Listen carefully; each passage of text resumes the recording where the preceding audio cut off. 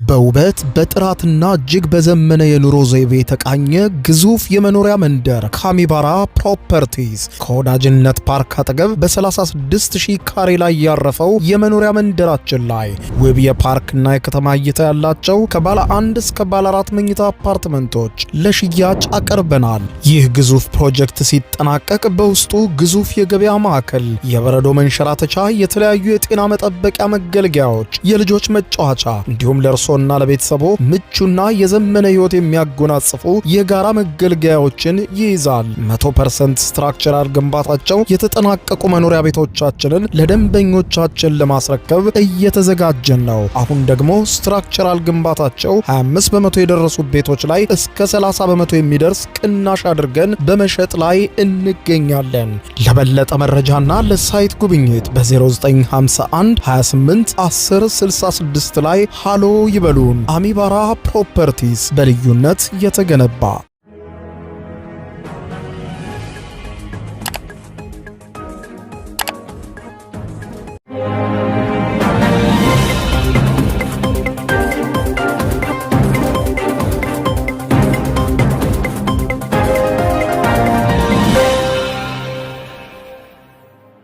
ጤና ይስጥልኝ ክቡራትና ክቡራን የዩቲዩብ ቻናል ቤተሰቦች፣ የሰዓቱን አጫጭር ሰበር መረጃዎች ይዤ ቀርብ ያለው። በርከት ያሉ ሰበር መረጃዎች ዩቲዩብ ላይ ሲጫኑ ቀድሞ ለእናንተ የማስታወቂያ መልእክት ወይም ኖቲፊኬሽን እንዲደርሷችሁ የዩቲዩብ ቻናሌን ሰብስክራይብ በማድረግ የደወል ምልክቷን መጫን አትዘንጉም።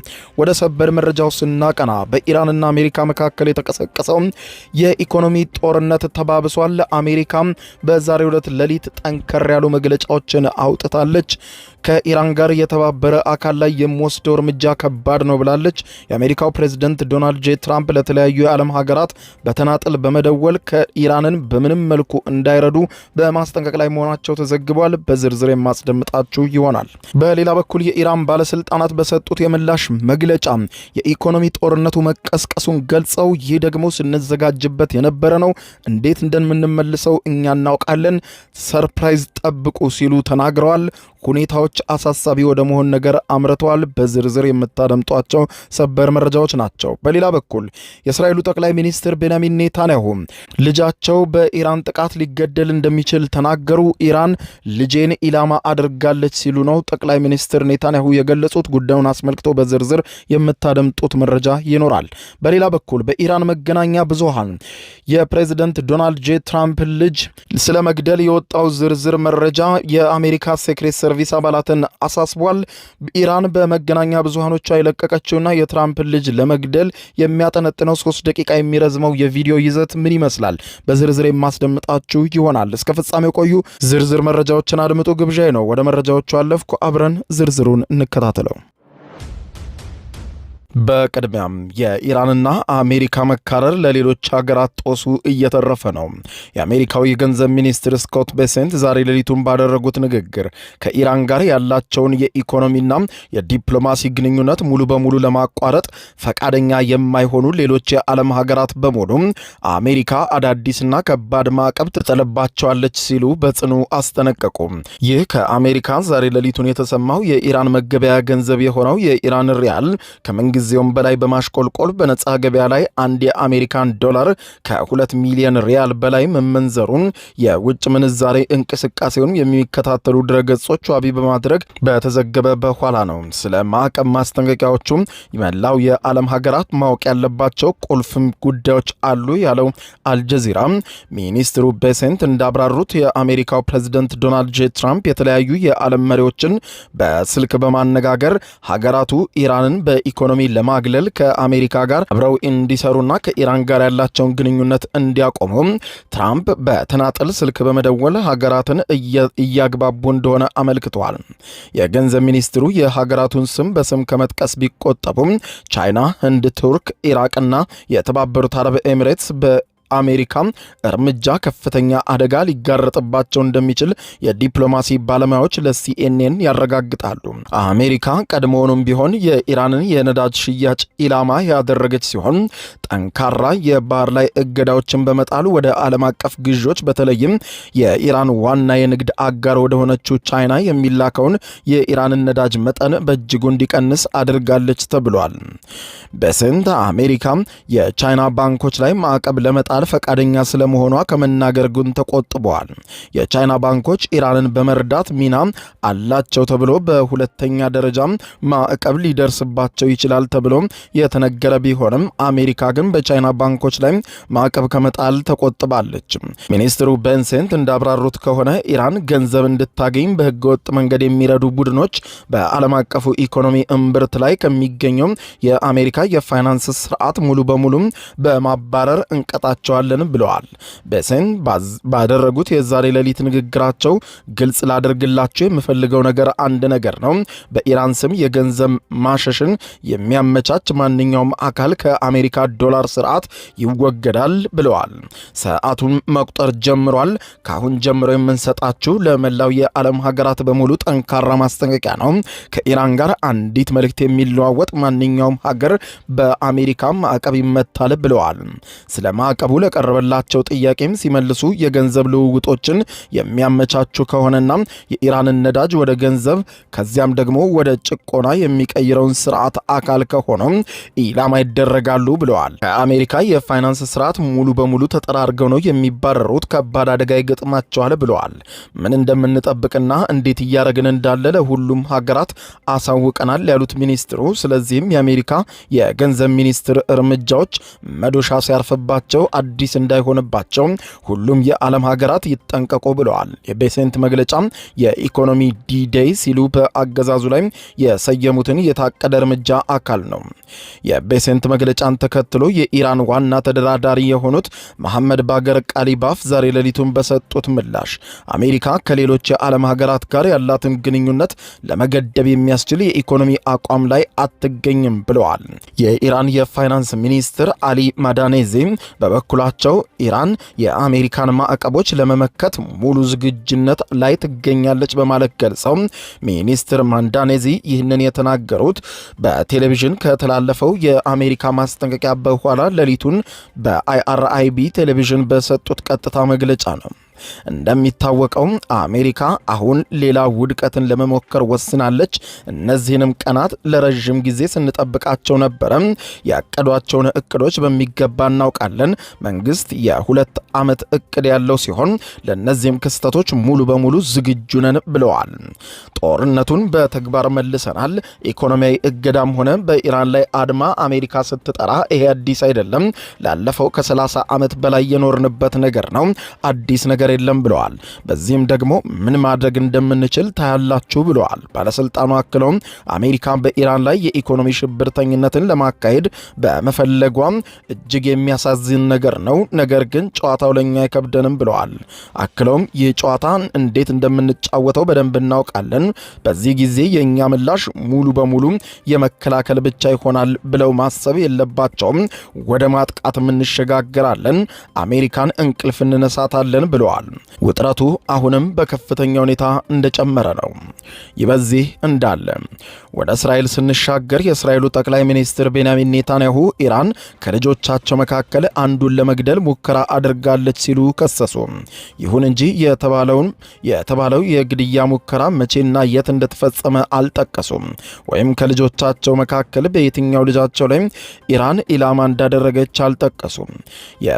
የጠቅላይ ሚኒስትር ቤንያሚን ኔታንያሁ ክስ የመጣው አሜሪካና እስራኤል በኢራን ላይ በሰነዘሩት የጋራ ጥቃት የኢራን ጠቅላይ መሪ አያቶላ አሊ ካሚኒና ልጃቸውም ቦሽራን እንዲሁም የ14 ወር የልጅ ልጃቸው ዛህራን ጨምሮ 4 ቤተሰቦቻቸውንም ከተገደሉ በኋላ ነው።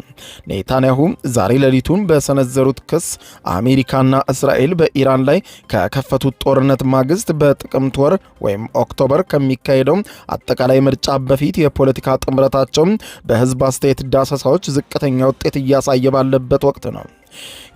የእስራኤሉ ጋዜጣ ዘ ጀሩሳሌም ፖስት እንደዘገበው ከሆነ ኔታንያሁ በልጃቸው ላይ ስለተጠነሰሰው የኢራን የግድያ ሴራ የተናገሩት ለመንግስት አዎንታዊ ሽፋን በመስጠት ከሚታወቀው ወግ አጥባቂ ተብሎ ከሚጠራው የእስራኤል መገናኛ ብዙሃን ቻናል 14 ጋር ባደረጉት ቃለ ምልልስ ነው። ይህ ሊታመን የማይችል ጉዳይ ነው። ኢራን ከልጆቼ አንዱን ኢላማ አድርጋለች። ኢራን ልጄን ለመግደል ሞክራለች ብለዋል ኔታንያሁ። እሳቸው ይህንን ምላሽ ምላሽ የሰጡት ከምርጫው በፊት ለቀጣዩ ጠቅላይ ሚኒስትርነት ከኔታንያሁ ጋር እጅግ ተቀራራቢ ፉክክር እያደረጉ ለሚገኙት የቀድሞው የጦር አዛዥ ጋዲ አይዘንኮት ከእስራኤል የደህንነት ኤጀንሲዎች አንዱ የጥበቃ አባላት ለመመደብ ፈቃደኛ አልሆነም ለሚሉ ሪፖርቶች ምላሽ ሲሰጡ ነው። ኔታንያሁ ለአይዘንኮት የ24 ሰዓት ጥበቃ እንዲደረግላቸው ድጋፋቸውን የገለጹ ሲሆን ይህ ቅንጦት አይደለም፣ ያለዚያ ኢራናውያን ይሳካላቸዋል ፍላጎታቸው ብለዋል። ኔታንያሁ 2 ወንዶች ልጆችና አንዲት ሴት ልጅ ያሏቸው ሲሆን ጀሩሳሌም ፖስት እንደሚለን ከሆነ በሐምሌ ወር ወይም ጁላይ ላይ ለሁለቱም ልጆቻቸውና ለባለቤቶቻቸው በእስራኤል ባለስልጣናት የተራዘመ የግል ጥበቃ ተፈቅዶላቸው ነበር። የ35 ዓመቱ ታላቅ ልጃቸው ያየር ከ2024 መጀመሪያ አንስቶ በአሜሪካዋ ማያሚ ከተማ ረዘም ያለ ጊዜን ያሳለፈ ሲሆን እርሱን ለመጠበቅ በሚወጣው የግብር ከፋዮች ገንዘብ ምክንያትም በእስራኤል ውስጥ ከፍተኛ ውዝግብ ተነስቶ ቆይቷል። በሌላ በኩል ኢራን ለሐሜኔ እና ለቤተሰቦቻቸው ግድያ አጸፋዊ እርምጃ እንደምትወስድ ቃል ገብታለች። የአሊ ሐሜኒ ሞት ከተሰማ ከአንድ ሳምንት በኋላ የሐሜኒ ልጅ ሞጅተባ ሐሜኒ አዲሱ የኢራን ጠቅላይ መሪ በመሆን መሾማቸው ይታወቃል። ሞጅተባ ከተሾሙበት ጊዜ አንስቶ በአደባባይ እስካሁን ድረስ ያልታዩ ቢሆንም ለአባታቸው የቀብር ስነ ስርዓት በተላለፈው መልእክት ላይ የቀድሞውን ጠቅላይ መሪ ደም ለመበቀል ሲባል ማናቸውንም እርምጃ እንደሚወሰድና የመሪዎችን ልጆች ከማጥቃት እንደማትመለስ ኢራን ማስታወቋ ይታወሳል። ይህ በዚህ እንዳለ የአሜሪካ ሚስጥራዊ ጥበቃ አገልግሎት ወይም ዩኤስ ሴክሬት ሰርቪስ በኢራን መንግስታዊ ብሮድካስተር የተላለፈውና በፕሬዝደንት ዶናልድ ጄ ትራምፕ ታናሽ ልጅ በሆነው ባሮን ትራምፕ ህይወት ላይ ዛቻ ያዘለ የሚመስለውን ቪዲዮ እንደሚያውቅ ያስታወቀ ሲሆን ለዚህም ስጋት እንደገባው ገልጿል። በየካቲት ወር በአሜሪካና እስራኤል ኢራን መካከል በተቀሰቀሰው ጦርነት መጀመሪያ ላይ የቀድሞው ጠቅላይ መሪ አያቶላ አሊ ሐሜኒና በርካታ የቤተሰብ አባሎቻቸው መገደላቸውን ተከትሎ የኢራን መገናኛ ብዙሃኖች በፕሬዝደንት ትራምፕና በቤተሰቦቻቸው ላይ የግድያ ዛቻዎችን የሚያዘወትሩ ይዘቶችን በተደጋጋሚ ሲያስተላልፉ ቆይተዋል። ቀደም ሲል በቀዳማዊት እመቤት ሜላኒያ ትራምፕ ላይ ዛቻዎች ቢኖሩም ልጃቸው ባሮክ በአደባባይ ተለይቶ ኢላማ ሲደረግ ግን በኢራን የመጀመሪያው ነው ተብሏል። የሚስጥራዊ ጥበቃ አገልግሎት ወይም ሴክሬት ሰርቪስ አባላት ቃል አቀባይ ሄት ሄሪንግ ለሲኤንኤን በሰጡት መግለጫ የአሜሪካ ሚስጥራዊ ጥበቃ አገልግሎት በኢራን መገናኛ ብዙሃን ስለወጣውና የትራምፕ ልጅ መገደል አለበት ስለሚለው ቪዲዮ የሚያውቁት ነገር እንዳለ ተጠይቀው ሙሉ ሴክሬት ሰርቪሳችን ስለዚህ ጉዳይ ያውቃል፣ እንዲሁም እኛ በምንጠብቃቸው አካላት ላይ እንደ ስጋት ሊወሰድ የሚችል ማንኛውንም ነገር እንመረምራለን፣ በቀልድ አናልፈውም ብለዋል። ሆኖም ለስራችን ደህንነት ስንል ስለ ጥበቃና ኢንተለጀንስ ጉዳያችን ዝርዝር ማብራሪያ መስጠት አንችልም ሲሉ ለሲኤንኤን ምላሽ ሰጥተዋል። በኢራን መገናኛ ብዙሃን በተላለፈውና ወደ 3 ደቂቃ ገደማ የሚረዝመው ቪዲዮ በእንግሊዝኛ ቋንቋ የተለቀቀ ሲሆን የፕሬዝደንት ትራምፕ ልጅ ባሮን ትራምፕን የት አግኝተን እንግደለው በሚል ጽሑፍ የሚጀምር ሲሆን በኒውዮርክ የሚገኘውን ትራምፕ ታወርን ጨምሮ ታናሹ ትራምፕ በአደባባይ ጊዜውን እንደሚያሳልፍ የሚታወቁ ቦታዎችን የሚያሳዩ የተቀነባበሩ ምስሎችን ያካተተ ቪዲዮ ለቋል። ቪዲዮ በሳምንቱ መጨረሻ የተላለፈው ከኢራን አገዛዝ አክራሪዎች ጋር የተጣመረ ነው ተብሎ በሚታሰበውና የኢራን መንግስታዊ ሚዲያ በሆነው IRIB ነው። የዚህ የብሮድካስት ተቋም ኃላፊም በቀጥታ የሚሾመው በኢራን ጠቅላይ መሪ አያቶላው ዘንድ ነው። አንድ የፌዴራል ሕግ አስከባሪ ምንጭ ለሲኤንኤን እንደተናገሩት ከሆነ ቪዲዮው የኢራን የትራምፕን ቤተሰብና ትራምፕን ራሳቸውን ኢላማ አድርጋ የምታካሂደው የዘመቻ ቪዲዮዎች አካል ነው። አንዳንዶቹ ቪዲዮዎች የፕሬዝደንቱን ቤተሰብ አባላት ለመግደል የሚያስችሉ እንቅስቃሴ ዝርዝሮችንና ሀሳቦችን ያካተቱም ነበሩ ብለዋል። ምንጩ አክለውም በሚስጥራዊ ጥበቃ አገልግሎት ወይም በሴክሬት ሰርቪሱ በኩል በሌሎችም ኤጀንሲዎች በፖሊስና በሌሎችም ሀገራት በሚገኙ በርካታ ከአሜሪካ ጋር በሚሰሩ የደህንነት መረጃዎች ላይ በመመስረት የጥበቃ ስራዎች በየጊዜው እንደሚቀያየሩና እንደሚስተካከሉ ገልጠዋል። ሲኤንኤን አስተያየት ለማግኘት ዋይት ሃውስን አነጋግሯል። ፕሬዝዳንት ትራምፕ በህይወታቸው ላይ ስለተቃጣው የኢራን ዛቻ በአደባባይ የተወያዩ ሲሆን በሐምሌ ወር ላይ እንዲህ ብለው ነበር። እኔ በማንኛውም የግድያ ዝርዝር ውስጥ እገኛለሁ። እስካሁን ድረስ ትንሽ እድለኛ የነበርኩ ይመስለኛል፣ ግን ምናልባትም ያ ብዙ ጊዜ ላይ ቆይ ይችላል። እነዚህ ክፉ የታመሙ ሰዎች ኢላማ አድርገውኛል ብለዋል። ይህንን አስተያየት የሰጡትም በቱርክ በተካሄደው የኔቶ ጉባኤ ላይ ሲሆን ይህንንም ተከትሎ በኢራን ዛቻ ምክንያት በተቀነባበረ ማታለያ ዘዴ በምግብ ማቅረቢያ የጭነት መኪና ተደብቀው ከቱርክ መውጣታቸው ይታወሳል። ከጉዳዩ ጋር የቅርብ ትውውቅ ያለው አንድ ግለሰብ ለሲኤንኤን እንደተናገረው ዛቻው ከትከሻ ላይ በሚተኮሱ ሚሳኤሎችን ያካተተ ጥቃት በፕሬዝደንቱ ላይ ለመሰንዘር በታቀደ ጊዜ ሴክሬት ሰርቪስ በከፍተኛ ጥንቃቄ በተሞላበት መንገድ ፕሬዝደንቱን ከቱርክ አውጥቷቸዋል ብለዋል። እንደ አውሮፓውያን አቆጣጠር በ2020 ከፍተኛ የኢራን ጀነራል የነበሩት ቃሲም ሱሌማኒን የገደለውን የትራምፕን ትዕዛዝ ተከትሎ የተካሄደው የድሮን ጥቃት ትራምፕ ካዘዙበት ጊዜ ጀምሮ ኢራን ትራምፕን ለመግደል ሙከራ ልታደርግ ትችላለች ሲል የአሜሪካ መንግስት ለረጅም ጊዜ ሲያስጠነቅቅና ፕሬዝደንቱን ሲጠብቅ ቆይቷል። በሐምሌ ወር ለቀድሞ ሐሜኒ በተካሄደው የበርካታ ቀናት የቀብር ስነ ስርዓት ላይ የአገዛዙ ኃይሎች ትራምፕ ይገደል የሚሉ ቃላትን የሰፈሩባቸው ፖስተሮችን በአደባባይ በመያዝና ለመሪያቸው ሞት ለሚበቀል ማንኛውም ሰው ሽልማት ሲያቀርቡ ታይተዋል።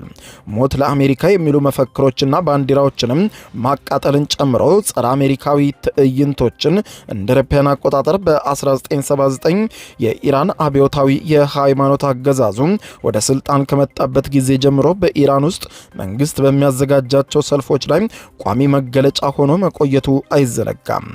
ክቡራን አድማጮች ለሰዓቱ ብታደምጧቸው ያልኳቸው አጫጭር መረጃዎች የሰማችኋቸው ናቸው። ከሰዓታት በኋላ በሌላ መረጃ ተመልሰን እስከምንገናኝ በያለንበት የዓለም ዳር ቸር እንቆይ።